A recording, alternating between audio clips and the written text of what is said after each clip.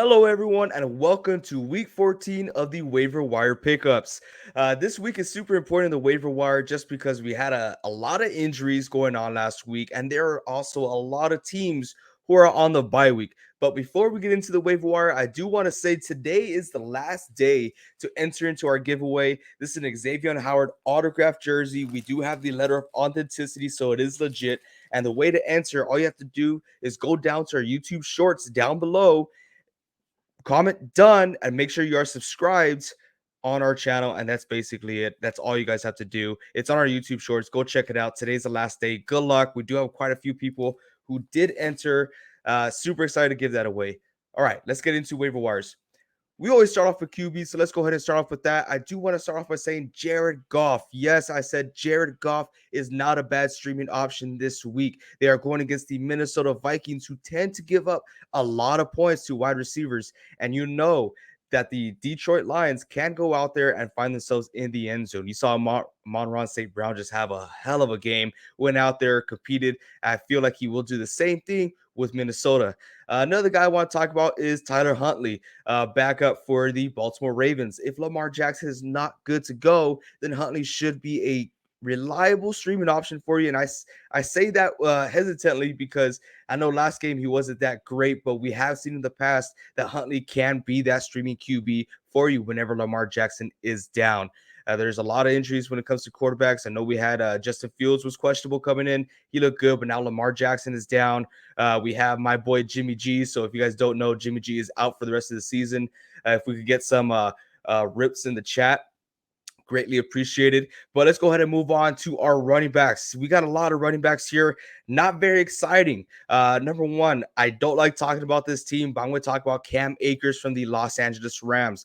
They have nothing going for them. Their offense is just horrible, but they have to rely on something, and that looks like it might be their running back position. Cam Akers had 17 carries with multiple rushing touchdowns.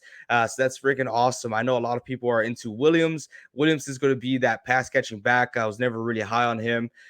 While Cam Akers is that first, second down back that's going to get the majority of the carries. And honestly, I looked at it. Cam Akers' playoff schedule looks pretty good, except for Week 16 against the Broncos. So if he's out there, it's a good guy just to hold on to your on your bench, or if you need a running back this week, you might have to run with Akers. Going forward, another guy, James Cook from the Buffalo Bills. He led the backfield with carries. He also led the backfield with targets. It wasn't by much. He had one more carry than Devin Singletary, and he had four more targets than Devin Singletary, which is a win in my book. So can we slowly see James Cook take over that backfield position from Devin Singletary? I think eventually. I don't think we're going to see it too much this season, but for sure next year, I don't see James Cook having a problem taking that lead role. This is not a guy that you go out there, pick him up off the waiver, and you start immediately. This is a guy that you should have on your bench just in case he does take that lead role, which, as we all believe Rachaad White would do. I am recording this right before the Monday video, so please forgive me. Rachaad White did not do anything at all today, but keeping a close eye on James Cook. Other guys I do want to mention, A.J. Dillon, just in case Aaron Jones is out, but then again, the Packers are going into a bye week, so I doubt he misses any time. DJ Dallas, if Walker is not able to go out there. They did come out and say that Walker is, I believe they said day to day, and is questionable for this upcoming week. So keep a close eye on him. DJ Dallas will be the next guy up, even though he is dealing with an injury himself. Bam Knight. This guy exploded. Hopefully you guys took our advice on our fantasy video. We said, go ahead, go out there, start Bam Knight. This guy will score some points, and he did. So if Michael Carter is out, he is a must-start guy for your fantasy team.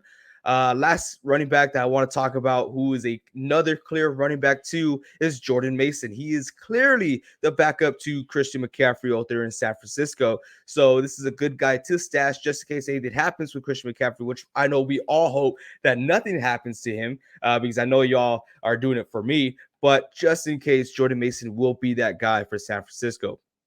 Now let's head into the wide receiver position. One guy who is back from injury, Jahan Dotson. He played more snaps than Curtis Samuel, and he had the second most targets on the team.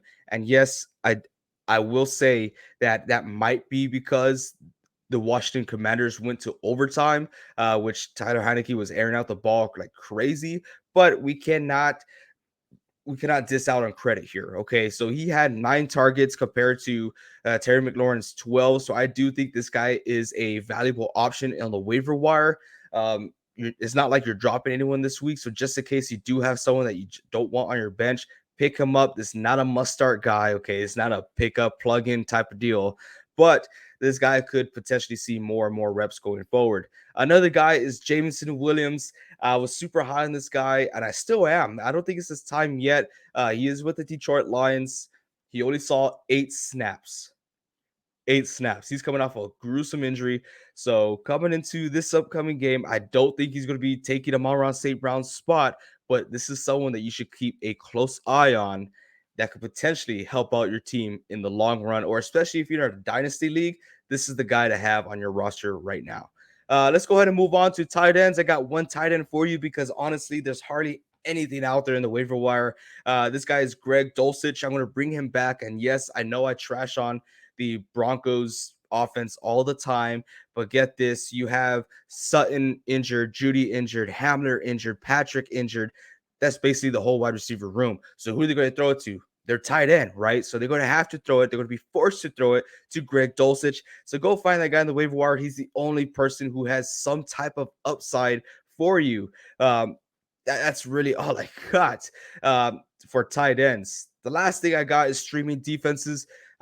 This week, I'm not so hot again, but I got the Raiders against the Rams. We all know the Rams are not doing so hot offensively. They got nothing going on. Matthew Stafford's out. Let's see if they steal Baker Mayfield away from the Niners on that waiver pick. Also, the Chiefs against Denver. As we just said, Denver does not have a great offense. Don't see them going anywhere. So if the Raiders and Chiefs out there and they are available for you, go out there, take a chance, pick them up. Should score a lot of points for your fantasy team. Hopefully you like this waiver video. If this helped you out, hit that like button. And don't forget, today is the last day to enter into our Xavier Howard autograph giveaway. We are doing this completely free. Just make sure you're subbed and a comment done on our most recent YouTube short. Thank you all so much for watching. And until next time, keep on grinding.